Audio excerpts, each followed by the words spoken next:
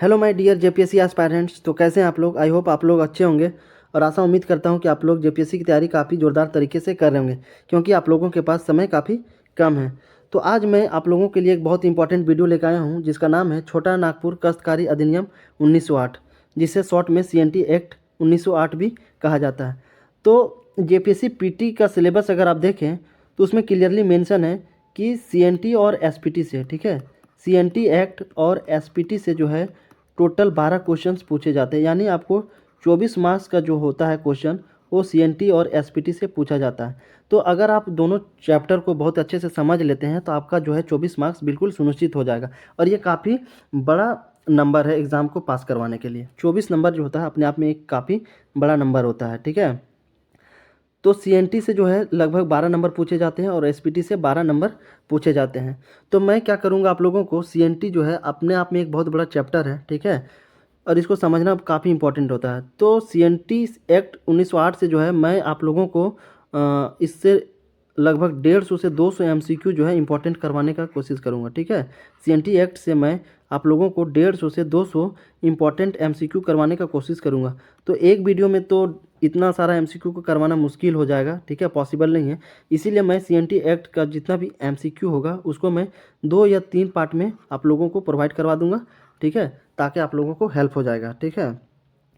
तो कोई वीडियो आपसे छूटे नहीं, मिस नहीं हो, इसीलिए क्या करना है, आप लोगों को मेरे यूट्यूब चैनल को सब्सक्राइब करना है और बेल आइकन को हिट करना है, ताकि आप लोगों के पास हर वीडियो का नोटिफिकेशन सबसे पहले पहुंचे। क्योंकि मैं जो है मेरे यूट्यूब चैनल पे स्पेशली जेपीएससी सिलेबस के अकॉर्डिंग झारखंड जी के जितना भी है पेपर 2 का जेपीएससी के सिलेबस के अकॉर्डिंग मैं आप लोगों को वीडियो प्रोवाइड कर दे रहा हूँ, बिल्कुल सिलेबस के अकॉर्डिंग, ठीक है। इधर उधर की बातें नहीं करना है, क्योंकि सिलेबस जो है किसी भी एग्ज़ाम को क्रैक करने के लिए काफ़ी इंपॉर्टेंट होता है। अगर आप सिलेबस के अकॉर्डिंग पढ़ते हैं तो आपको सुनिश्चित जो है आपको कामयाबी मिल सकती है, लेकिन अगर आप थोड़ा बहुत इधर उधर हो गए तो आपको जो है कामयाबी नहीं मिल सकती है। तो सीएनटी एक्ट 1908, इससे एमसीक्यू करने से पहले इसके पृष्ठभूमि को हम लोग समझ लेते हैं कि सीएनटी एक्ट जो है झारखंड में क्यों ज़रूरत पड़ा, ठीक है। ये कानून जो है अंग्रेज़ों को क्यों लाना पड़ा, इसके पीछे की पृष्ठभूमि क्या है उसको थोड़ा सा हम लोग डिस्कस कर लेते हैं। उसके बाद जो है इंपॉर्टेंट एमसीक्यू हम लोग सेशन स्टार्ट करेंगे, है ना। कहानी स्टार्ट होती है आपका 1767 ईस्वी से, ठीक है। 1767 ईस्वी में 1767 ईस्वी को अंग्रेज़ों का आगमन झारखंड में हो जाता है, ठीक है। 1767 ईस्वी को झारखंड में अंग्रेज़ों का आगमन हो जाता है सिंहभूम ढालभूम के रास्ते, ठीक है। अब ये क्वेश्चन जेपीएससी में पूछा गया है, पिछले जेपीएससी में ये क्वेश्चन पूछा गया था कि अंग्रेज़ों का जो आगमन होता है झारखंड में वो किस रास्ते से होता है। तो सिंहभूम के ढालभूम रास्ते से अंग्रेज़ों का झारखंड में आगमन होता है 1767 ईस्वी में। तो 1767 ईस्वी से पहले झारखंड में स्वतंत्र राज्य स्थापित था, ठीक है। अंग्रेज़ों को झारखंड में आने से पहले 1767 से पहले झारखंड राज्य में स्वतंत्र राज्य स्थापित था, जहां क्षेत्रीय राजाओं का शासन हुआ करता था। मुगलों के आने से पहले जो है झारखंड में क्षेत्रीय राजाओं का शासन हुआ करता था और यहाँ की रैयत जो थे उसके अपने ज़मीन के मालिक खुद हुआ करते थे, ठीक है। 1767 से पहले जो था झारखंड के जो रैयत थे वो अपने ज़मीन के मालिक खुद हुआ करते थे। लेकिन अंग्रेज के आने के बाद 1767 के बाद झारखंड में कहानी कुछ और हो गई, स्थिति कुछ और हो गई, बदल गई, ठीक है। तो 1767 से कहानी स्टार्ट होती है। अंग्रेज़ों का जो है एंट्री झारखंड में हो जाता है सिंहभूम ढालभूम के रास्ते। जब एंट्री होता है इन लोगों को सिंहभूम ढालभूम के रास्ते से झारखंड में, तो यहाँ पे आने का जो इन लोग का मकसद था, ठीक है। जब 1767 में अंग्रेज झारखंड में आए थे तो आप लोगों को पता होना चाहिए कि 1767 में झारखंड में क्या उन लोगों को मिलता, जंगल झूड़ झाड़। क्योंकि 1767 में जो है उस टाइम झारखंड में कुछ उतना डेवलपमेंट इंफ्रास्ट्रक्चर कुछ डेवलप हुआ नहीं था। यहाँ पे जो है पेड़ पौधे जंगल झूड़ ज़्यादा हुआ करते थे। तो अंग्रेज़ों को लगा कि यहाँ कुछ ज़्यादा हम लोग को मिलने वाला नहीं है, लेकिन फिर भी यहाँ पे इन लोग एंट्री किया सिर्फ़ और सिर्फ इस मकसद से कि झारखंड में कब्जा करने के बाद हम लोग को बनारस से व्यापार के लिए रास्ता मिल जाएगा, ठीक है। बनारस में झारखंड में जब हम लोग एंट्री कर जाएंगे तो बनारस से व्यापार करने के लिए हम लोग को रास्ता मिल जाएगा। और दूसरा कारण ये था कि जो बिहार के जो विद्रोही लोग थे वो झारखंड में आके छिप जाते थे। जैसे अंग्रेज़ों के खिलाफ जो विद्रोह होता था तो जो बिहार के विद्रोही लोग थे वो झारखंड के जंगलों में आके छिप जाते थे। तो अंग्रेज़ों का आगमन होने के बाद जो है विद्रोही लोग झारखंड में ना छिप सके, ये भी मेन कारण था अंग्रेज़ों का। तो 1767 में झारखंड एंट्री हो जाती है। तो जैसे ही 1767 में सिंहभूम में इन लोग का एंट्री होता है, तो 1767 ईस्वी में ढालभूम के जो राजा होते हैं उसको हरा करके मेदिनीपुर बंगाल में कैद कर लिया जाता है। जैसे ही 1767 ईस्वी में अंग्रेज झारखंड में एंट्री करते हैं सिंहभूम के ढालभूम में, तो ढालभूम का जो राजा था उसको हरा करके मेदिनीपुर बंगाल में कैद कर लिया जाता है और उसके भतीजे जगन्नाथ ढाल को नया राजा नियुक्त कर दिया जाता है। ठीक है, तो ढालभूम के राजा को हरा करके उसके भतीजे को नया राजा घोषित कर दिया जाता है और उसके साथ एक डील होता है कि तुम 5500 रुपया हर साल हमें टैक्स दोगे। ठीक है, अंग्रेज़ों के साथ डील होता है ढालभूम के राजा के भतीजे के साथ कि तुम हर साल हमें 5500 रुपया टैक्स दोगे। फिर फाइनली क्या होता है 1793 ईस्वी में, ठीक है, 1793 ईस्वी में बंगाल, बिहार, उड़ीसा में ज़मींदारी प्रथा स्टार्ट हो जाती है। ठीक है, 1793 ईस्वी में बंगाल, बिहार और उड़ीसा में ज़मींदारी प्रथा स्टार्ट हो जाती है। ज़मींदारी प्रथा कहने का मतलब कि जो क्षेत्रीय राजा थे वो किसानों के साथ काफ़ी बुरा बर्ताव करने लगे। ठीक है, क्यों? क्योंकि अंग्रेज़ लोग जो है राजा को दबाव डालने लगे कि जो है हमको रेवेन्यू कलेक्ट करने के लिए टैक्स ज़्यादा दो। अब टैक्स देने के लिए क्या करेगा राजा, तो अपने घर से देगा नहीं, तो राजा जो है क्षेत्रीय किसान जो लोकल किसान हुआ करते थे उसको क्या करने लगे, टैक्स जो है काफ़ी वसूलने लगे, जोरदार तरीके से वसूलने लगे। इसी को ज़मींदारी प्रथा कहा जाता है। ठीक है, जो क्षेत्रीय राजा थे किसानों से टैक्स जो है वसूल करके अंग्रेज़ों को देने का काम करने लगे। जब ज़मींदारी प्रथा लागू हो गई 1793 में बंगाल, बिहार, उड़ीसा में, तो शोषण स्टार्ट हो गया। झारखंडी लोगों पे जो है शोषण स्टार्ट हो गया। जब ज़मींदारी व्यवस्था लागू हो गई तो लोगों के ऊपर धार्मिक शोषण होने लगा, सांस्कृतिक शोषण होने लगा, लोगों के धर्म के साथ छेड़छाड़, ज़मीन हड़प नीति होने लगी और वन हड़प नीति होने लगा। जो है जंगल झाड़ जो है वो सारे जो है अंग्रेज़ लोग हड़पने लगे और टैक्स रेट इतना ज़्यादा बढ़ा दिया कि किसानों को जो है देना मुश्किल हो गया और किसान जो है धीरे धीरे कर्ज में डूबने लगे और किसानों को जो है वहाँ के क्षेत्रीय लोगों को बंधक बनाना स्टार्ट हो गया। तो ये तमाम तरह के जो है शोषण स्टार्ट हो गया अंग्रेज़ों के द्वारा झारखंड के लोगों के ऊपर।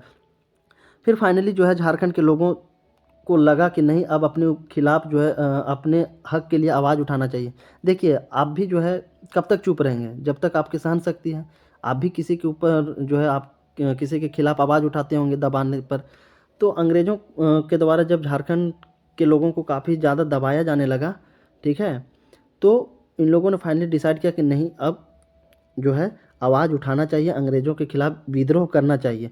तब जाके फाइनली जो है बिरसा मुंडा उलगुलान विद्रोह स्टार्ट होता है। ठीक है, बिरसा मुंडा उलगुलान विद्रोह होता है जो कि 1895 से 1900 तक चलता है। ठीक है, बिरसा उलगुलान विद्रोह, ठीक है, जो कि बिरसा मुंडा के नेतृत्व में होता है, जो कि 1895 से 1900 ईस्वी तक चलता है। और फिर एक होता है कोल विद्रोह। ठीक है, एक होता है कोल विद्रोह। ये दो विद्रोह ऐसे विद्रोह हैं जिसका क्रेडिट जो है CNT एक्ट बनाने में जाता है, कोल विद्रोह। और कोल विद्रोह जो है 1831 से लेकर के 1832 ईस्वी तक चला था। तो बिरसा उलगुलान विद्रोह और कोल विद्रोह दो ऐसे विद्रोह थे जिसके वजह से अंग्रेज़ों को CNT एक्ट बनाना पड़ा, CNT कानून जो है झारखंड में बनाना पड़ा। जब अंग्रेज़ लोग देखने लगे कि अब झारखंड के लोग काफ़ी उग्र हो गए हैं, काफ़ी विद्रोह पर उतर आए हैं, तो यहाँ के लोगों के लिए जो है इन लोगों के फेवर में कोई ऐसा कानून बनाना होगा ताकि जो है इन लोग शांत हो जाए। ठीक है, तब जाकर के CNT एक्ट जो है फाइनली अंग्रेज़ों द्वारा बनाया जाता है और 11 नवंबर 1908 ईस्वी को CNT एक्ट लागू कर दिया जाता है झारखंड में। ठीक है, तो CNT एक्ट बनने के पीछे का जो दो कारण है, ठीक है, सबसे जो महत्वपूर्ण क्रेडिट जाता है CNT एक्ट बनने के पीछे बिरसा उलगुलान विद्रोह को, जो कि 1895 से 1900 के बीच चला था बिरसा मुंडा के नेतृत्व में, और एक कोल विद्रोह जो कि 1831 और 1832 तक चला था। तो दो ऐसे विद्रोह हैं झारखंड के जिसके वजह से अंग्रेज़ों को CNT एक्ट बनाने पर मजबूर कर दिया था। ठीक है, फिर फाइनली जो है CNT एक्ट झारखंड में लागू हो गया। और एक बात याद रखिएगा कि CNT एक्ट जो है झारखंड के 4 प्रमंडल में लगाया गया।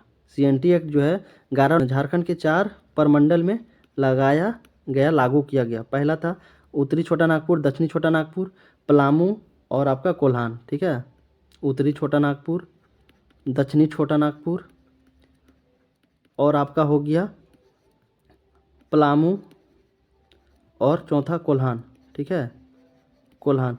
और इसमें एक चीज़ पूछा जाता है, इंपॉर्टेंट है, याद रखिएगा कि सरायकेला और खरसवां में, सरायकेला खरसवां में जो है 1900, सरायकेला और खरसावां में 1951 ईस्वी में जो है CNT एक्ट लागू किया गया।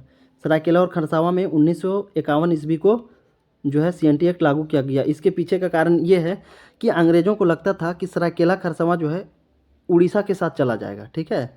अंग्रेज़ों को लग रहा था कि जो सरायकेला खरसावां है वो उड़ीसा के साथ चला जाएगा, लेकिन गया नहीं। फिर फाइनली जो है 1951 ईस्वी में जो है क्या हुआ, 1951 में जो है सरायकेला खरसावां में CNT एक्ट लागू किया गया। याद रखिएगा, ये भी क्वेश्चन काफ़ी इंपॉर्टेंट है, ये भी क्वेश्चन कई बार पूछा गया है। CNT एक्ट लागू होने के पीछे की ये पृष्ठभूमि थी। आई होप आप लोग समझ गए होंगे। तो स्टार्ट होती है कहानी 1767 से, है ना। अब चलिए इसका इंपॉर्टेंट MCQ हम लोग सॉल्व आउट करते हैं। तो चलिए आज का सेशन स्टार्ट करते हैं और CNT एक्ट से जितने भी इंपॉर्टेंट क्वेश्चन बन सकते हैं उसको हम लोग सॉल्व आउट करेंगे 1 बाय 1। तो आज का पहला इंपॉर्टेंट क्वेश्चन नंबर 1, छोटा नागपुर काश्तकारी अधिनियम को कब लागू किया गया, ठीक है। पूछा जा रहा है CNT एक्ट को कब लागू किया गया। आपके ऑप्शन है, option A 1 November 1908, 11 November 1908, option C 15 November 1908, option D 30 November 1908। तो इसका जो सही आंसर होगा 11 नवंबर 1908, ठीक है। 11 नवंबर 1908 ईस्वी को ही CNT एक्ट लागू किया गया था झारखंड में अंग्रेज़ों के द्वारा। और ये CNT एक्ट जो है झारखंड के 4 प्रमंडल में लागू किया गया, ठीक है। ब्रिटिश काल में अंग्रेज़ों के द्वारा CNT एक्ट झारखंड के 4 प्रमंडल में लागू किया गया। वो 4 प्रमंडल कौन से हैं? उत्तरी छोटा नागपुर, दक्षिणी छोटा नागपुर, पलामू और कोल्हान। इन 4 प्रमंडलों में जो है झारखंड के CNT एक्ट लागू किया गया, ठीक है। अब थोड़ा सा SPT की बात कर लेते हैं। संथाल परगना काश्तकारी अधिनियम, इसको जो है देश आज़ाद होने के बाद लागू किया गया, ठीक है। CNT को जो है ब्रिटिश काल में अंग्रेज़ों के द्वारा लागू किया गया और SPT जो है संथाल परगना अधिनियम, इसको जो है 1949 में लागू किया गया देश आज़ाद होने के बाद। और ये सिर्फ जो है संथाल परगना में लागू है, ठीक है। SPT एक्ट जो है संथाल परगना में सिर्फ लागू है। जब हम लोग SPT पढ़ेंगे तो उसमें कंप्लीट डिस्कस करेंगे, ठीक है। तो CNT जो है झारखंड के 4 प्रमंडल में लागू किया गया है, उत्तरी छोटा नागपुर, दक्षिणी पलामू और कोल्हान। अगर हम इसकी पर्पस की बात करें, CNT एक्ट का उद्देश्य क्या था, ठीक है। अगर पर्पस की हम बात करें, CNT एक्ट लागू करने का उद्देश्य क्या था झारखंड में, तो इसका जो है उद्देश्य था भूमि संबंधी विवादों को खत्म करना, ठीक है। अंग्रेज जब एंट्री कर गए थे तो अंग्रेज़ों के द्वारा जो है यहाँ की ज़मीनों को हड़पा जा रहा था और ज़मीनों को जो है किसानों का बहुत छीना जा रहा था गलत तरीके से। तो पर्पस उद्देश्य यह था CNT एक्ट लागू करने का कि भूमि संबंधी विवादों को ख़त्म करना, जो जनजातियों को उनकी ज़मीन का मालिकाना हक देना, ठीक है। जो जनजाति लोग थे उनकी ज़मीन का जो है मालिकाना हक देना, जनजातियों को भूमि संबंधी अधिकार की सुरक्षा करना और एक बहुत इंपॉर्टेंट जनजातीय विद्रोह को नियंत्रित करना, ठीक है। ये 3-4 जो है थे प्रमुख उद्देश्य थे CNT एक्ट लागू करने के पीछे। नेक्स्ट क्वेश्चन है क्वेश्चन नंबर 2, छोटा नागपुर काश्तकारी अधिनियम का खाका किसने तैयार किया था, ठीक है। जो छोटा नागपुर काश्तकारी अधिनियम है CNT एक्ट का जो खाका था वो कौन तैयार किया था? लॉर्ड हार्डिंग, द्वितीय John H Hoffman, Wilson, John Linkson. तो इसका जो ऑप्शन बी जो होगा राइट आंसर होगा जॉन H हाफमैन, ठीक है। जॉन H हाफमैन के नेतृत्व में ही जो है, जॉन हाफमैन के नेतृत्व में ही CNT एक्ट का खाका तैयार हुआ था। और ये कब हुआ था? 1903 ईस्वी में। 1903 ईस्वी में जो है जॉन H हाफमैन के द्वारा CNT एक्ट अधिनियम का जो स्ट्रक्चर है, प्रारूप है, वो तैयार किया गया था। तो इसका याद रखिएगा, जॉन H हाफमैन 1903 में इसी के नेतृत्व में जो है खाका तैयार किया गया था। ऑप्शन बी जो है इसका राइट आंसर होगा। नेक्स्ट क्वेश्चन है क्वेश्चन नंबर 3, छोटा नागपुर काश्तकारी अधिनियम निम्न में से किस अधिनियम से प्रभावित है, ठीक है। जो CNT एक्ट जो है वो किस अधिनियम से प्रभावित है? तो बंगाल काश्तकारी अधिनियम, ठीक है। बंगाल काश्तकारी अधिनियम से इन्फ्लुएंस होकर, प्रभावित होकर जो है छोटा नागपुर काश्तकारी अधिनियम बनाया गया। तो याद रखिएगा, इसका जो ऑप्शन सी जो होगा बंगाल काश्तकारी अधिनियम, इसका राइट आंसर होगा। नेक्स्ट क्वेश्चन है क्वेश्चन नंबर 4, झारखंड काश्तकारी अधिनियम निम्न में से किस प्रमंडल में लागू है, ठीक है। CNT एक्ट जो है किन प्रमंडल में लागू है? उत्तरी छोटा नागपुर जी, दक्षिणी छोटा नागपुर, पलामू प्रमंडल, उपरोक्त तीनों। तो तीनों जो है, तीनों प्रमंडल में CNT एक्ट लागू है। तो इसका ऑप्शन डी जो होगा राइट आंसर होगा, है ना। तो CNT जो था 4 प्रमंडलों में जो है लागू किया गया है, उत्तरी, दक्षिणी छोटा नागपुर, पलामू और कोल्हान। नेक्स्ट क्वेश्चन है क्वेश्चन नंबर 5, छोटा नागपुर काश्तकारी अधिनियम कुल कितने अध्यायों में विभाजित है? ठीक है, छोटा नागपुर काश्तकारी अधिनियम CNT जो है कितने चैप्टर में विभाजित है, बांटा गया है? तो CNT की अगर हम विशेषता बात करें, जो CNT कानून है इसकी विशेषता की अगर हम बात करें, इसमें जो है टोटल 19 चैप्टर है। कितने हैं? 19 चैप्टर हैं। 19 चैप्टर है, 271 आर्टिकल है, 271 क्या है, धाराएं हैं। ठीक है, 271 आर्टिकल है और 2 शेड्यूल है। 2 क्या है? शेड्यूल है, यानी अनुसूची है, 2 अनुसूची है। और ये CNT जो है भारत का 66वां संशोधन से बना है। ठीक है, CNT एक्ट जो है भारत के संविधान का 66वां संशोधन से बना है, याद रखिएगा। और इसमें 19 चैप्टर है, 271 धाराएं हैं और 2 अनुसूची हैं। और 271 धाराएं में जो है शेड्यूल 9 में कुछ आर्टिकल को जोड़ा गया है। ठीक है, शेड्यूल 9 में जो है, शेड्यूल 9 में इसके कुछ आर्टिकल्स को जोड़ा गया है, जिसमें आर्टिकल है आपका 46, 47, 48A और 71A, आपका फिर हो गया 71B, 240, 241 और 242। तो ये सब जो है CNT एक्ट की जो धारा है, जिसमें टोटल 271 धारा हैं, तो 271 धाराएं में से इन सारे धाराओं को शेड्यूल 9 में जोड़ा गया है, अनुसूची 9 में जोड़ा गया है। और जब आप लोगों को पता होगा कि जब कोई धाराएं शेड्यूल 9 में, अनुसूची 9 में जब जोड़ा जाता है, रखा जाता है, तो इस धाराओं के साथ कोई छेड़छाड़ नहीं कर सकता। कोई भी जुडिशरी सिस्टम है, कोई भी न्यायालय जो है, इन सारी धाराओं में छेड़छाड़ नहीं किया जा सकता है। जिसके पास पावर है इन सब धाराओं को छेड़छाड़ करने के लिए, बदलने के लिए, वो है संसद के पास। ठीक है, जुडिशरी सिस्टम के पास नहीं है कि इन धाराओं को छेड़छाड़ करें शेड्यूल 9 में जोड़ने के बाद। ठीक है, आई होप आप लोग समझ गए होंगे। नेक्स्ट क्वेश्चन की बात करते हैं। नेक्स्ट क्वेश्चन है क्वेश्चन नंबर 6, छोटा नागपुर काश्तकारी अधिनियम में कुल कितने धाराएं हैं? ठीक है, तो अभी बताए टोटल 271 धाराएं हैं, तो ऑप्शन ए जो है इसका राइट आंसर हो जाएगा। नेक्स्ट क्वेश्चन, क्वेश्चन नंबर 7, छोटा नागपुर काश्तकारी अधिनियम में प्रथम संशोधन किस वर्ष किया गया? ठीक है, छोटा नागपुर काश्तकारी अधिनियम में जो प्रथम संशोधन है, फर्स्ट अमेंडमेंट, कौन सा साल में किया गया था? 1910 ईस्वी, 1912 ईस्वी, 1916 ईस्वी और आपका 1920 ईस्वी। तो ऑप्शन डी जो होगा राइट आंसर होगा। 1920 ईस्वी में जो है CNT एक्ट में पहली बार संशोधन किया गया था। ठीक है, CNT एक्ट में जो पहली बार संशोधन किया गया था वो था 1920 ईस्वी, याद रखिएगा। ये काफ़ी इंपॉर्टेंट क्वेश्चन है, क्योंकि छोटा नागपुर काश्तकारी अधिनियम संशोधन से भी क्वेश्चन पूछे जाते हैं। तो नेक्स्ट क्वेश्चन है क्वेश्चन नंबर 8, निम्न में से कौन सा एक छोटा नागपुर काश्तकारी अधिनियम का उद्देश्य नहीं है? ठीक है, कौन सा एक छोटा नागपुर काश्तकारी अधिनियम का उद्देश्य नहीं है? भूमि संबंधी विवादों की समाप्ति, ये तो है। जनजातियों के भूमि संबंधी अधिकारों की रक्षा, जब जनजातियों की भूमि जो है लूटी जा रही थी, उनको अधिकार नहीं मिल रहा था, तो उसको रक्षा करने के लिए CNT एक्ट बना। ऑप्शन बी भी क्या है, सही है। जनजातियों को भूमि से बेदखल करना, जी बेदखल करने का नहीं था। ठीक है, CNT कानून के पीछे का ये है कि जो जनजाति लोग है, उसकी जो ज़मीन है, उसका अधिकार नहीं मिल रहा है, तो उसको अधिकार दिलाने के लिए ही ये कानून बना है, ना कि उसको बेदखल करने के लिए। तो ऑप्शन सी क्या होगा, गलत होगा। जनजातीय विद्रोह को नियंत्रण करना, जी CNT कानून लाने के पीछे की ये भी कहानी है कि जो जनजाति विद्रोह हो रहा था उसको नियंत्रण करना, शांत करना। तो ऑप्शन सी क्या होगा, इसका राइट आंसर होगा। ठीक है, ऑप्शन सी क्या होगा, राइट आंसर होगा। और यही हमसे पूछा गया है कि कौन सा उद्देश्य नहीं है, तो ऑप्शन सी जो होगा इसका सही जवाब होगा। नेक्स्ट क्वेश्चन है क्वेश्चन नंबर 9, CNT एक्ट के तहत ऐसी जंगली भूमि जिसे भूस्वामी के अतिरिक्त किसी अन्य कृषक द्वारा तैयार की गई हो, क्या कहलाता है? ठीक है, CNT एक्ट के तहत अगर ऐसी जंगल भूमि है, जंगली ज़मीन है, जिसे भूस्वामी के अतिरिक्त किसी अन्य कृषक द्वारा तैयार की गई हो, उसे क्या कहते हैं? कोरकर, जोत, खुटकट्टी, बंदोबस्त भूमि। तो इसका जो सही आंसर होगा आपका कोरकर। ठीक है, क्या होगा इसका आंसर, कोरकर भूमि। ठीक है, जैसे नहीं होता है कि जंगलों में जो होता है कोड़ करके जो है खेती लायक ज़मीन बनाया जाता है। जंगल में जब लोग रहना स्टार्ट करते थे, भूमिहर जाति के लोग सबसे पहले जंगलों में आए, उसके बाद उसको रहने लायक बनाए।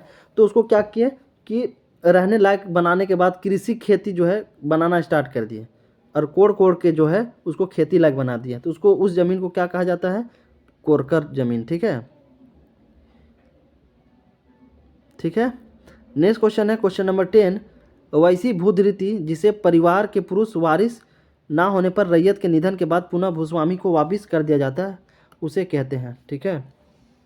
क्वेश्चन आपसे पूछा जा रहा है कि अगर ऐसा परिवार है जिसका कोई वारिस नहीं हो, ठीक है, अगर ऐसा कोई फैमिली है जिसमें उसका बेटा नहीं हो, वारिस नहीं हो, तो उस स्थिति में रैयत के निधन के बाद अगर रैयत मर जाता है तो उस स्थिति में भूस्वामी को वापस कर दिया जाता है, उसे क्या कहते हैं? तो इसका जो सही आंसर होगा पुनर्ग्रह भूधृति। ठीक है।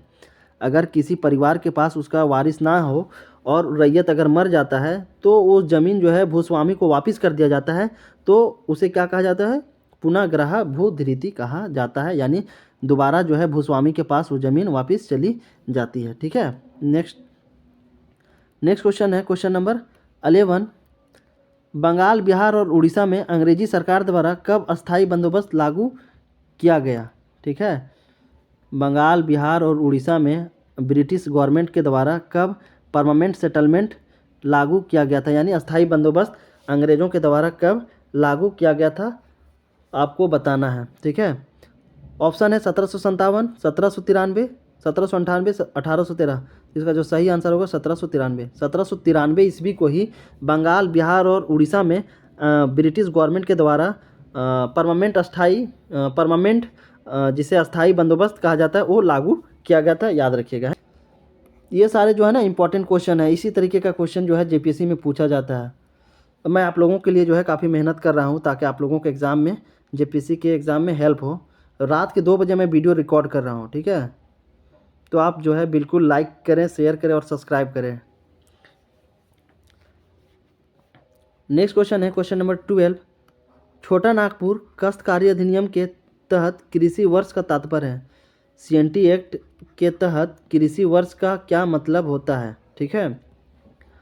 सरकार द्वारा कृषि हेतु घोषित वर्ष? जी नहीं, वह वर्ष जो किसी स्थानीय क्षेत्र में कृषि कार्य हेतु प्रचलित हो। जी, ये इसका सही आंसर होगा। ठीक है। छोटा नागपुर काश्तकारी अधिनियम यानी सीएनटी एक्ट के तहत कृषि वर्ष का जो मतलब होता है वह वर्ष जो किसी स्थानीय क्षेत्र में कृषि कार्य चल रहा हो। ठीक है। जो किसी स्थानीय क्षेत्र में कृषि का काम चल रहा हो वही कृषि वर्ष कहलाता है। ऑप्शन बी जो है इसका राइट आंसर होगा। नेक्स्ट क्वेश्चन है क्वेश्चन नंबर 13, सीएनटी एक्ट के तहत जोत का तात्पर्य है जमींदारों द्वारा धारित भूमि, सरकारी भूमि, रैयत द्वारा धारित भूमि, इनमें से कोई नहीं। तो ऑप्शन सी जो होगा इसका राइट आंसर होगा रैयत द्वारा धारित भूमि। ठीक है। सीएनटी एक्ट के तहत जोत का जो मतलब होता है रैयत द्वारा धारित भूमि होता है। ऑप्शन सी जो होगा इसका राइट आंसर होगा। नेक्स्ट क्वेश्चन है क्वेश्चन नंबर 14, सीएनटी एक्ट के तहत भूस्वामी का मतलब होता है। ठीक है। भूस्वामी का तात्पर्य क्या होता है? तो मैं एक बात बता दूं आप लोगों को कि हम लोग क्या है, हम लोग जो है अपने ज़मीन का भूधारक हैं। हम लोग ज़मीन का मालिक नहीं है, हम लोग क्या है, भूधारक है। और भूस्वामी कौन है? वो है आपका सरकार। ठीक है। हम लोग अपने ज़मीन का जो है मालिक नहीं है, हम लोग भूधारक है, लैंड होल्डर हैं। और अगर मालिक की बात करें तो मालिक कौन है? मालिक जो है भूस्वामी जो है वो गवर्नमेंट है। ठीक है। जिसको क्या करते हैं हम लोग, रसीद कटाने के टाइम में देखते होंगे ना, लगान देते हैं, तब जाके हमारा रसीद कटता है। जब आप अपना मालिक ही हैं अपने ज़मीन का तो फिर लगान क्यों देते हैं? इससे पता चलता है कि आप अपने ज़मीन का मालिक नहीं है बल्कि भूधारक है। और इसकी जो ज़मीन की जो मालिक होती है वो सरकार होती है। सरकार चाहे डेवलपमेंट के नाम से आपकी ज़मीन को ले सकती है। तो याद रखिएगा, गलतफहमी में नहीं रहिएगा। अपने ज़मीन के जो है हम लोग भूधारक हैं, ना कि मालिक हैं। तो छोटा नागपुर काश्तकारी अधिनियम के तहत भूस्वामी का तात्पर्य है वह व्यक्ति जो लगान का निर्धारण करता हो, वह व्यक्ति जो लगान वसूल करता हो। ऑप्शन सी वह व्यक्ति जिसने किसी काश्तकारों को अपनी ज़मीन दी हो। ऑप्शन डी वह व्यक्ति जिसने सरकार से ज़मीन प्राप्त की हो। तो इसका जो सही आंसर होगा वह व्यक्ति जिसने किसी काश्तकार को अपनी ज़मीन दी हो। ठीक है। भूस्वामी का मतलब क्या होता है कि वह व्यक्ति जो किसी काश्तकार को अपना ज़मीन दिया हो। काश्तकार का मतलब क्या होता है समझिए। काश्तकार का मतलब होता है कि वैसा व्यक्ति जो किसी दूसरे के ज़मीन पे खेती करता है और उसके बदले टैक्स देता है। ठीक है। काश्तकार किसे कहते हैं? वैसा व्यक्ति। ठीक है। वैसा व्यक्ति जो दूसरे के ज़मीन को क्या करता है, दूसरे के ज़मीन में खेती करता है और उसके बदले में लगान देता है, उसी को काश्तकार कहा जाता है। जैसे हम लोग मालिक हैं, जैसे मान के चलिए क्या हम लोग के पास ज़मीन है, हम लोग अपनी ज़मीन किसी और को देते हैं साझा में खेती करने के लिए, तो क्या वो मालिक होगा? नहीं, वो क्या होगा, उस ज़मीन का काश्तकार कहलाएगा, जो कि दूसरे से वो ज़मीन लिया है और उस ज़मीन पे क्या करता है, खेती करता है, उसके बदले में उसे लगान देता है। तो ऑप्शन सी जो होगा इसका राइट आंसर होगा, है ना। नेक्स्ट क्वेश्चन है क्वेश्चन नंबर 15। छोटा नागपुर काश्तकारी अधिनियम के तहत काश्तकार का तात्पर्य है, ठीक है। छोटा नागपुर काश्तकारी अधिनियम के तहत काश्तकार का क्या मतलब है? वह व्यक्ति जिसने सरकार से जमीन प्राप्त की हो, जी बिल्कुल नहीं। वह व्यक्ति जो किसी अन्य व्यक्ति के अधीन भूमि धारण करता हो तथा उसका लगान चुकाता हो। जैसा कभी मैं बताया कि जो है हम लोग अपनी ज़मीन किसी और को साझा के लिए दे दिए, तो जो साझा कर रहा है जो व्यक्ति, वो क्या कहलाएगा? वो आपका काश्तकार कहलाएगा, क्योंकि वो दूसरे के ज़मीन में खेती करता है और उसकी एवज में लगान देता है। तो ऑप्शन बी जो होगा इसका राइट आंसर होगा, ठीक है। Question number 16। छोटा नागपुर काश्तकारी अधिनियम के तहत लगान का तात्पर्य है, CNT एक्ट के तहत लगान का क्या मतलब है, ठीक है। जमींदार द्वारा सरकार को भूमि के उपयोग के बदले दिया गया प्रतिफल, जी नहीं। रैयत द्वारा भूमि के उपभोग के बदले सरकार को दिया गया प्रतिफल, ये भी नहीं है। लगान का मतलब ये नहीं होता है। रैयत द्वारा, ठीक है, रैयत द्वारा भूमि के उपभोग के बदले अपने भूस्वामी को दिया गया प्रतिफल, ठीक है, ये सही आंसर होगा। ऑप्शन सी जो होगा राइट आंसर होगा। लगान का मतलब होता है कि रैयत द्वारा, ठीक है, भूमि के उपभोग के बदले अपने भूस्वामी को दिया गया प्रतिफल। जैसे हम किसी को अपना ज़मीन दे दिए, तो वो क्या करेगा, उस ज़मीन पे खेती करेगा, उसके एवज में क्या करेगा, वो हमको कुछ देगा लगान के रूप में, ठीक है। इसका जो सही आंसर होगा ऑप्शन सी। ऑप्शन सी क्या होगा इसका राइट आंसर होगा। नेक्स्ट क्वेश्चन है क्वेश्चन नंबर 17। छोटा नागपुर काश्तकारी अधिनियम के तहत पुनर्ग्रह भूधृति का तात्पर्य है, ठीक है। पुनर्ग्रह भूधृति का मतलब क्या होता है? CNT के तहत, CNT एक्ट के तहत क्या होता है पुनर्ग्रह भूधृति, इसको बताना है आप लोगों को। ऑप्शन ए, परिवार का नर वारिस नहीं होने पर रैयत के निधन के बाद भूस्वामी को वापस होने वाला भूमि, ठीक है। तो इसका जो सही आंसर होगा यही हो जाएगा, ठीक है। पुनर्ग्रह भूधृति उसे कहा जाता है जब कोई परिवार में नर वारिस ना हो और वो रैयत जब मर जाता है तो वो ज़मीन जो होता है भूस्वामी को वापस कर दिया जाता है, उसी को पुनर्ग्रह भूधृति कहा जाता है। ऑप्शन ए जो इसका राइट आंसर होगा। नेक्स्ट क्वेश्चन है क्वेश्चन नंबर 18। छोटा नागपुर काश्तकारी अधिनियम के तहत निम्न में से किसे काश्तकार के अंतर्गत शामिल किया गया है, ठीक है। CNT एक्ट के तहत निम्न में से किसे काश्तकार के अंतर्गत शामिल किया गया है? तो काश्तकार का मतलब हम समझा दिए हैं कि क्या होता है, भूधारक, जी बिल्कुल। भूधारक भी क्या होता है, काश्तकार के अंतर्गत शामिल किया गया है। रैयत को भी शामिल किया गया है। मुंडारी खुटकट्टीदार, इसको भी क्या किया गया है, रैयत के अंदर में शामिल किया गया है। तो मुंडारी खुटकट्टीदार क्या होता है ये समझिए। तो जो मुंडा जनजाति थे, जब झारखंड में मुंडा जनजाति का आगमन होता है, तो ये मुंडा जनजाति जो लोग हैं जंगलों में रहना स्टार्ट कर दिए। जंगलों में जब रहना स्टार्ट कर दिए तो अपने यूज के लिए, अपने जीवन बसर करने के लिए जंगलों के जो ज़मीन होते थे उसको जो है काट करके खेती युक्त बनाए और वहाँ पे खेती कर करके अपना जीवन बसर यापन करने लगे। तो वैसी ज़मीन के मालिक को, वैसे ज़मीन लैंड होल्डर को क्या कहा जाता है, खुटकट्टीदार कहा जाता है, ठीक है। तो ऑप्शन सी क्या होगा, मुंडारी खुटकट्टीदार को भी काश्तकार अंतर्गत शामिल किया गया है। तो ये तीनों क्या किया गया है, काश्तकार के अंतर्गत शामिल किया गया है। ऑप्शन डी जो होगा इसका राइट आंसर होगा, ठीक है। ऑप्शन डी जो होगा इसका सही आंसर होगा। नेक्स्ट क्वेश्चन है क्वेश्चन नंबर 19। छोटा नागपुर काश्तकारी अधिनियम के तहत भूधारक का तात्पर्य है, ठीक है। पूछा जा रहा है CNT एक्ट के तहत भूधारक का मतलब क्या होता है। तो मैं आप लोगों को बता दिया, भूधारक का मतलब होता है कि हम लोग अपनी ज़मीन का क्या है, भूधारक है, लैंड होल्डर है, ना कि मालिक है। मालिक कौन है, गवर्नमेंट है। तो CNT एक्ट के तहत भूधारक का मतलब क्या होता है, वह व्यक्ति जो लगान का निर्धारण करता है, नहीं, जो लगान का निर्धारण करेगा वो क्या कहलाएगा, मालिक कहलाएगा, यानी क्या कहलाएगा, गवर्नमेंट निर्धारित करती है। तो गवर्नमेंट को क्या कहते हैं हम लोग, भूस्वामी कहते हैं, ना कि भूधारक कहते हैं। ऑप्शन बी, वह व्यक्ति जिसने किसी दूसरे व्यक्ति की ज़मीन धारण की हो तथा उसके लगान चुकाता हो। ऑप्शन बी जो होगा इसका राइट आंसर होगा, ठीक है। भूधारक का मतलब क्या होता है कि वैसा व्यक्ति जो किसी दूसरे व्यक्ति का ज़मीन को धारण किया हुआ हो तथा उस पर खेती कर रहा हो और उसके एवज में उसे लगान चुकाना पड़े, ठीक है। तो ऑप्शन बी क्या होगा इसका राइट आंसर होगा, इसी को भूधारक कहा जाता है। नेक्स्ट क्वेश्चन है क्वेश्चन नंबर 20। निम्न में से कौन एक रैयत का प्रकार नहीं है, ठीक है। पूछा जा रहा है कि इनमें से नीचे दिए हुए ऑप्शन में कौन सा एक रैयत का प्रकार नहीं है। अधिभागी रैयत, अंधिभोगी रैयत, खुटकट्टी अधिकार प्राप्त रैयत। ऑप्शन डी तीनों रैयत के प्रकार हैं। तो ऑप्शन डी जो होगा इसका राइट आंसर होगा, तीनों रैयत के प्रकार हैं। क्या है? तीनों जो है रैयत के प्रकार हैं। ऑप्शन डी इसका सही आंसर होगा। अब समझते हैं अधिभागी रैयत क्या होता है। अधिभागी रैयत ऐसे रैयत को कहते हैं जो खुद के ज़मीन पर खेती करता हो। ठीक है, जो खुद के ज़मीन पर खेती करता हो उसे अधिभागी रैयत कहा जाता है। और अंधिभोगी रैयत उसे कहा जाता है जो दूसरे के ज़मीन पर खेती करता हो। ठीक है, जो दूसरे के ज़मीन पर खेती करता हो उसे अंधिभोगी रैयत। और खुटकट्टी अधिकार प्राप्त रैयत किसे कहा जाता है? तो खुटकट्टी मतलब समझते हैं कि जब मुंडा जनजाति, ठीक है, जब जंगलों में आके रहने लगे तो जंगलों के ज़मीन को जो है काट काट करके वहाँ पे रहने लायक और खेती करने लायक ज़मीन बनाए और खूंटा गाड़ दिए।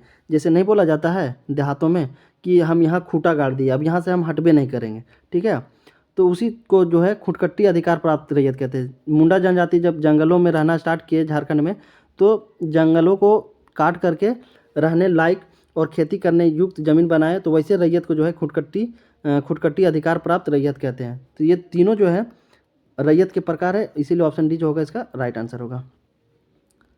नेक्स्ट क्वेश्चन है क्वेश्चन नंबर 21।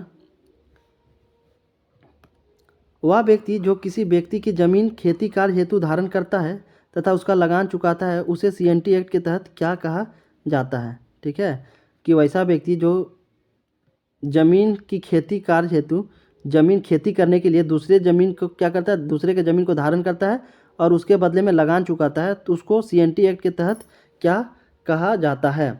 रैयत, खुटकट्टीदार रैयत, भूधारक। तो क्या कहा जाता है? भूधारक। ठीक है, ऑप्शन सी क्या होगा इसका राइट आंसर होगा, भूधारक होगा। ठीक है, जैसे हम अपनी ज़मीन किसी दूसरे को दिए, ठीक है, मान के चलिए ए व्यक्ति है कोई और बी व्यक्ति है कोई। ठीक है, तो ए व्यक्ति जो है बी व्यक्ति को अपना ज़मीन दिया, तो ए व्यक्ति जो है अपना ज़मीन बी व्यक्ति को दिया, तो बी क्या कहलाएगा? बी कहलाएगा आपका भूधारक। क्या कहलाएगा? भूधारक कहलाएगा। और ये क्या कहलाएगा? मालिक कहलाएगा। भूस्वामित्व ऐसे गवर्नमेंट होता है, लेकिन हम यहाँ समझ सकते हैं क्या कहलाएगा? ये मालिक कहलाएगा। ठीक है, और बी क्या कहलाएगा? भूधारक। तो वही क्वेश्चन पूछा जा रहा था यहाँ पे, तो इसका जो सही आंसर क्या होगा? भूधारक। ठीक है, नेक्स्ट क्वेश्चन है क्वेश्चन नंबर 22। वह मुंडारी जिसने जंगली भूमि के किसी हिस्से को जोत में लाने हेतु भूमि का अधिकार अर्जित किया हो उसे CNT एक्ट के तहत क्या कहा जाता है? काश्तकार, दर रैयत, भूधारक और मुंडारी खुटकट्टीदार। तो मैं आप लोगों को बताया कि मुंडा जनजाति जो है जंगलों को काट करके रहने लायक खेती करने लायक बनाए और अब ज़मीन को क्या किए? खूंटा गाड़ दिए। ज़मीन में जो है खूंटा गाड़ दिए कि ज़मीन जो है अब हमारी हो गई। तो वैसे रैयत को क्या कहा जाता है? मुंडारी खुटकट्टीदार कहा जाता है CNT एक्ट के तहत, है ना, याद रखिएगा। नेक्स्ट क्वेश्चन है क्वेश्चन नंबर 24। छोटा नागपुर भूधिरिति अधिनियम 1869 के तहत तैयार रजिस्टर में शामिल भूमि को कितने वर्षों तक धारण करने पर भूमिहर को अस्थायी बंदोबस्त समझा जाएगा? ठीक है, क्वेश्चन पूछा जा रहा है कि छोटा नागपुर टेन्योर एक्ट 1869 के तहत तैयार रजिस्टर में शामिल जो है भूमि को कितने वर्ष तक धारण करने पर जो है भूमिहर को परमानेंट सेटलमेंट यानी अस्थायी बंदोबस्त माना जाएगा? तो इसका जो सही आंसर होगा आपका ऑप्शन सी 12 वर्ष। ठीक है, ऑप्शन सी जो है इसका राइट आंसर होगा। नेक्स्ट क्वेश्चन है क्वेश्चन नंबर 25। छोटा नागपुर काश्तकारी अधिनियम की किस धारा के तहत भूधारक या ग्राम मुखिया के लगान में वृद्धि का प्रावधान किया गया है? क्वेश्चन पूछा जा रहा है कि CNT एक्ट के किस धारा के तहत, किस आर्टिकल के तहत भूधारक या ग्राम मुखिया के लगान में वृद्धि का प्रावधान किया गया है? तो आपके ऑप्शन है, ऑप्शन ए धारा 7, धारा 9, धारा 22 और धारा 25। ठीक है, तो इसका जो सही आंसर होगा आर्टिकल 9A। ठीक है, आर्टिकल 9A के तहत ही जो है भूधारक या ग्राम मुखिया के लगान में वृद्धि का प्रावधान किया गया। आर्टिकल 9A के तहत ही, ठीक है, आर्टिकल 9A के तहत ही जो है भूधारक या ग्राम मुखिया के लगान में वृद्धि किया जा सकता है। तो आर्टिकल 9A क्या कहता है कि भूधारक या ग्राम मुखिया के जो लगान है उसमें वृद्धि करने का जो पावर है वो आपके DC यानी उपायुक्त और राजस्व अधिकारी, ठीक है, जिसे रिवेन्यू ऑफिसर कहते हैं ना, ठीक है, रिवेन्यू ऑफिसर, राजस्व अधिकारी। तो DC उपायुक्त और रिवेन्यू ऑफिसर राजस्व अधिकारी के पास ही ये ताकत है, पावर है कि भूधारक या ग्राम मुखिया के लगान में वृद्धि किया जा सकता है। तो इसका जो ऑप्शन बी जो होगा राइट आंसर होगा, याद रखिएगा। नेक्स्ट क्वेश्चन है क्वेश्चन नंबर 26। छोटा नागपुर काश्तकारी अधिनियम कि किस धारा में बंदोबस्त रैयत को परिभाषित किया गया है। ठीक है, सीएनटी एक्ट के किस धारा में बंदोबस्त रैयत को डिफाइन किया गया है। तो इसका जो सही आंसर होगा आर्टिकल 17। ठीक है, धारा 17 के तहत जो है बंदोबस्त रैयत को परिभाषित किया गया है। तो आर्टिकल 17 क्या कहता है उसको थोड़ा हम लोग बात कर लेते हैं। ठीक है, आर्टिकल 17 बंदोबस्त रैयत की परिभाषा करता है। ठीक है, धारा 17 जो है बंदोबस्त रैयत की परिभाषा करता है और ये कहता है कि वह व्यक्ति जिसने इस अधिनियम के शुरू होने के पहले या बाद में किसी ग्राम में स्थित जमीन को पूरे तरीके से पट्टे पर या रैयत के रूप में धारित किया हो और 12 वर्ष की अवधि समाप्त होने पर भी उस ग्राम के बंदोबस्त रैयत समझा जाएगा। ठीक है, आर्टिकल 17 कहता है कि वैसा व्यक्ति जो इस कानून को शुरू होने से पहले या बाद में किसी ग्राम में किसी जगह में किसी ग्राम में स्थित जमीन को पूरे तरीके से या फिर थोड़ा सा हिस्सा अपने पट्टे में क्या किया गया हो, पट्टे पर या रैयत के रूप में धारित किया गया हो, तो उसे जो है 12 वर्ष की अवधि समाप्त होने पर भी, अगर 12 साल की टाइम समाप्त भी हो जाता है तब भी उसको जो है उस ग्राम का बंदोबस्त रैयत समझा जाएगा। याद रखिएगा आर्टिकल 17 ये कहता है। ठीक है, नेक्स्ट क्वेश्चन है हमारा क्वेश्चन नंबर 27। सीएनटी एक्ट की किस धारा में रैयत की लगान बढ़ाने की रीतियों का उल्लेख किया गया है। ठीक है, सीएनटी एक्ट की कौन से धारा में जो है रैयत की टैक्स यानी रैयत का लगान बढ़ाने की रीतियों का उल्लेख किया गया है, आपको ये बताना है। धारा 22, धारा 24, आर्टिकल 25 और आर्टिकल 27। तो इसका जो सही आंसर होगा आपका धारा 27। ठीक है, आर्टिकल 27 में जो है रैयत की लगान बढ़ाने की उल्लेख की गई है। ठीक है, ऑप्शन डी जो होगा इसका राइट आंसर होगा। नेक्स्ट क्वेश्चन है क्वेश्चन नंबर 28। छोटा नागपुर काश्तकारी अधिनियम की किस धारा में रैयत की जोत से बेदखली के संबंध में प्रावधान किया गया है। ठीक है, सीएनटी एक्ट के किस धारा में रैयत की जोत से बेदखल करने के संबंध में प्रावधान किया गया है। तो इसका जो सही आंसर होगा धारा 22। ठीक है, आर्टिकल 22 में इसका प्रावधान किया गया है। तो अब थोड़ा समझते हैं आर्टिकल 22 क्या कहता है ना, धारा 22 जो है क्या कहता है। तो आर्टिकल 2 कहता है कि यदि कोई अधिभोगी रैयत, ठीक है, यदि कोई अधिभोगी रैयत अपने जोत पर आर्टिकल 21 और 20A, ठीक है, अगर कोई अधिभोगी रैयत अपने जोत पर अपनी ज़मीन पर धारा आर्टिकल 21 और 21A में बताए हुए नियम शर्त के अनुरूप अगर खेती कर रहा है, ठीक है, तो उसको बिना विशेष कारण के बेदखल नहीं कर सकते हैं। ठीक है, बेसिकली इसका ये कहना है कि अगर कोई अधिभोगी रैयत है जो अपनी ज़मीन पर खेती कर रहा है और वो बिल्कुल 21A 21 और 21A में बताए हुए नियम कानून के अनुरूप खेती कर रहा है, तो उसको बिना विशिष्ट कारण यानी कोई स्पेशल कारण के बिना जो है हटा नहीं सकते हैं। जब कोई स्पेशल कारण होगा तभी उसको जो है उस ज़मीन से बेदखल किया जा सकता है, नहीं तो नहीं किया जा सकता। आर्टिकल 22 बेसिकली यही कहता है ना। नेक्स्ट क्वेश्चन है क्वेश्चन नंबर 29। सीएनटी एक्ट की किस धारा में रैयत के जोत के लगान में कमी के संबंध में प्रावधान किया गया है।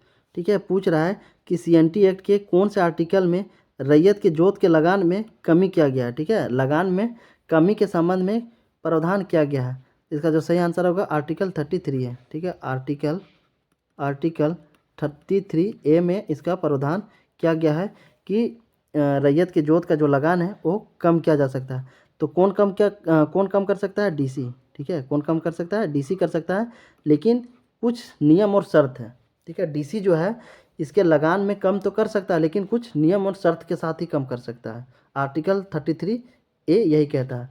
तो वो शर्त कौन कौन से हैं, वो शर्त जो है कि यदि जोत का लगान धारा 29 के अधीन 1 जनवरी 1911 और 31 दिसंबर 1936 के बीच किसी समय बढ़ा दिया गया हो। ठीक है, पहला कंडीशन है कि डीसी तभी जो है लगान में कमी कर सकता है जब कंडीशन क्या हो कि यदि जोत का लगान जो है धारा 29 के अधीन 1 जनवरी 1911 से 31 दिसंबर 1936 के बीच में कभी बढ़ा दिया गया हो। अगर इन डेट के बीच में अगर कभी लगान बढ़ा दिया गया हो तब क्या कर सकता है, डीसी कम कर सकता है।